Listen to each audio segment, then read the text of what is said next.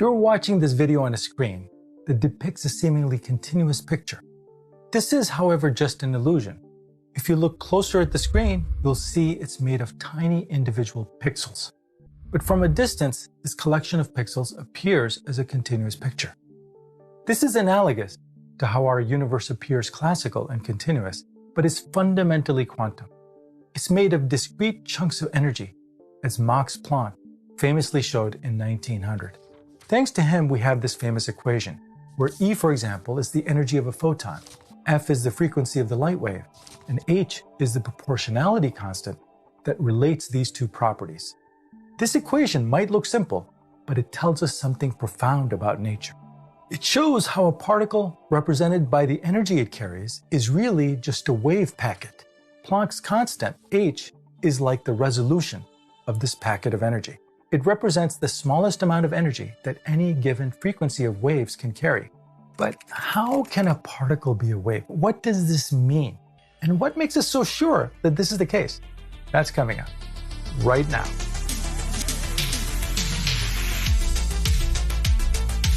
Before we go further, I'd like to recommend a documentary on Magellan TV called Let There Be Life. And here's the part you'll love. To show their appreciation for Arvin Ash viewers, Magellan TV is offering this documentary on Freeview for the next 7 days. This means that even if you don't currently have a Magellan TV membership, you'll still be able to stream Let There Be Life absolutely free for the next 7 days, starting today. This documentary demonstrates how the weirdness of quantum mechanics that I talk about in this video, like the uncertainty principle, impacts the natural world and many aspects of biology. The link to this is in the description. You'll find this and thousands of other fascinating documentaries on Magellan TV. It's a new kind of documentary service from the filmmakers themselves. Featured subjects include history, nature, science, and technology. You can watch it on any of your devices anytime without ads. And while you're watching Let There Be Life on Freeview, consider signing up for Magellan because you'll get a free 1-month trial too. So you can watch the other thousands of documentaries as well. So be sure to take advantage of this. The links are in the description. By the end of 1905, we had two big equations in physics.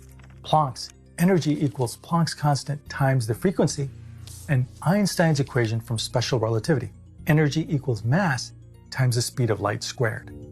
A young physicist by the name of Louis de Broglie, who happened to be working on his PhD thesis and was searching for a thesis topic, looked at these two equations and combined them. mc squared equals hf. Since c and h are constants, if we ignore them in the equation for a moment, it simplifies to m equals f. Mass is essentially equal to frequency. A simple high school algebraic manipulation of the equation yielded something quite profound, and eventually a Nobel Prize for de Broglie.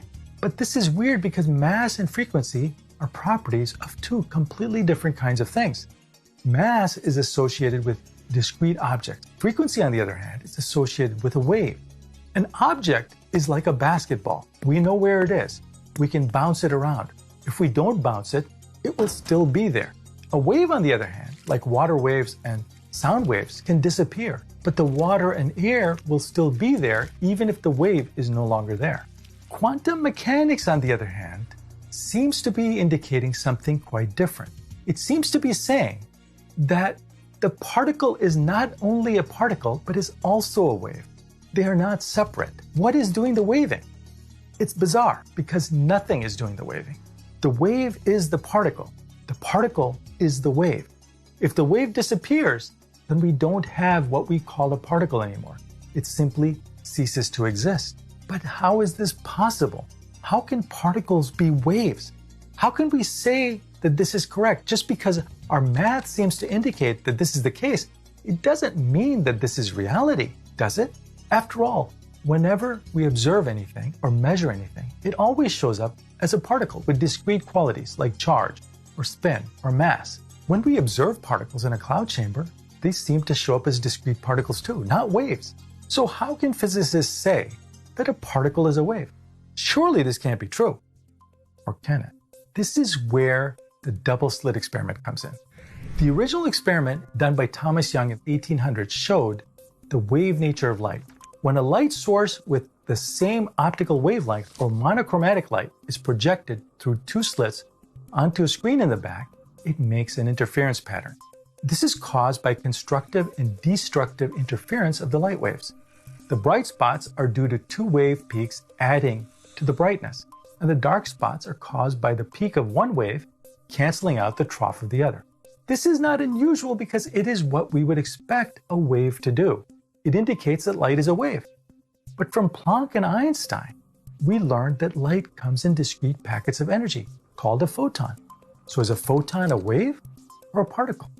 Scientists tried to figure this out by shooting one photon at a time through the two slits.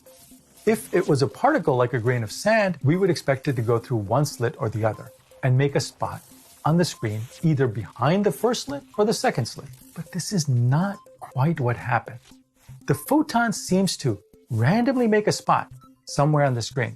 And if we shoot many thousands of photons one at a time, we see that as a whole, the photons make an interference pattern, just as in the original Young experiment. The photons, even though they were shot one at a time, so had no chance to interfere with each other, seem to make an interference pattern as if they interfered. Each photon contributes one dot to the overall interference pattern. This is weird. Could it be that each photon somehow splits into two and interferes with itself before reaching the screen? To test whether that's what's happening, we can put a detector near one of the slits to see if the photon goes through that slit or not. And sure enough, the detector tells us that the photon went through only one or the other of the slits. But wouldn't you know it, when the detector tells us that, the interference pattern disappears. And what we end up with is two patterns on the screen, just like what we would expect from a non-quantum particle, like a grain of sand. What happens if we turn off the detector? Well, then the interference pattern returns. But maybe photons are special. They're just weird things. Surely, other objects like electrons, atoms, and molecules don't behave the same way, right?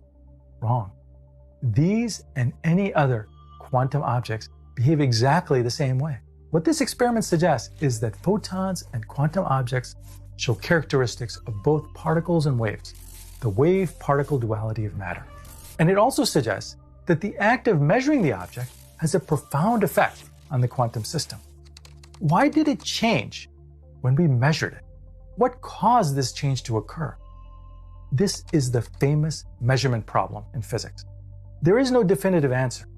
Decoherence has been used to understand apparent wave function collapse, and I have a video on this if you want to see it and learn more about it. But decoherence doesn't generate actual wave function collapse by itself. We know a big change happens upon measurement, but not quite why it happens. I just mentioned the wave function. What does this mean? To understand this, let's compare quantum mechanics to Newtonian mechanics. For Newtonian mechanics, the primary equation is F equals ma. Force equals mass times acceleration. But acceleration can also be written as the second time derivative of position like this. This is the equation of motion in classical mechanics. If we solve this for a particle's position, we can find several things about it, such as its velocity, kinetic energy, etc. So for example, if I know the initial position, velocity, and all the forces acting on a basketball, I can tell you its exact position at a later time. The equivalent primary equation for quantum mechanics is the Schrödinger equation. In this equation, instead of solving for the particle's position, we need to solve it for something quite unique, and that is psi, which is called the wave function. It's called this because it has similarities to waves that we find in classical mechanics. The difference is, there is nothing that's doing the actual waving. The entire quantum object can be described as wave-like. Although this equation looks complicated, it's really just a statement of energy conservation. Total energy, represented on the left side, equals the kinetic energy plus potential energy on the right-hand side. Now, what is psi, the wave function? It's a mathematical expression that represents the state of the quantum system. It's related to the probability of finding the particle in a particular position. Specifically, the square of the norm of the wave function gives you the probability density of the particle. In other words, when you solve the Schrödinger equation for a particle in a specific physical context like position, you don't get a specific value for position like we would with Newtonian mechanics. So I can't tell you where the particle will be. I can only tell you the probability of where you might find it if you were to measure it. So quantum objects are kind of smeared across space. They are ambiguous. They are not like little ball that we can point to and say, it's there and it's moving this fast. You might ask, well, what else behaves like this? The answer, truth be told, is that all matter behaves like this, including things like basketballs, and even your body is like this. But if that's the case, then why don't basketballs behave the way electrons do, or atoms do, like waves smeared across space? Or let's take something very small, like a grain of sand. Why don't they behave like this? The answer is because the wave behavior of objects that we can see with our eyes, like sand grains or even dust particles, is so small that we do not notice it. You have to realize the scales that our macro objects occupy. An atom is on the scale of 1/billionth of a meter. Even the tiniest grain of sand that we can barely see would be 100,000 times bigger than that. At this scale, we can't see its wave-like behavior. To understand why, let's go back to Du Bois, whom I talked about at the start. He believed particles and waves had the same trait, and he derived an equation that describes the wavelength of any particle. This is called the Du Bois wavelength. How did he come up with this? Using the original equality, mc squared equals hf, we can substitute v for c, velocity for the speed of light. Then we get that f equals mv squared over h. And then, using the relationship v, or velocity, is equal to wavelength times frequency, we get that the wavelength, lambda, is equal to h, Planck's constant, over mass times velocity, which is also momentum. Using this relationship, we can find the wavelength of any particle. So for example, when we plug in the numbers for an electron in a hydrogen atom, we find that its wavelength is about 3.3 times 10 to the negative 10 meters. An atom has a radius of about 10 to the negative 10 meters. So its electron has a Du Bois wavelength of about the size of an atom. This makes sense because we know that an electron is somewhere in a cloud around the nucleus. And since the orbit of the electron makes the size of the atom, this fits with our model. Its quantumness is apparent.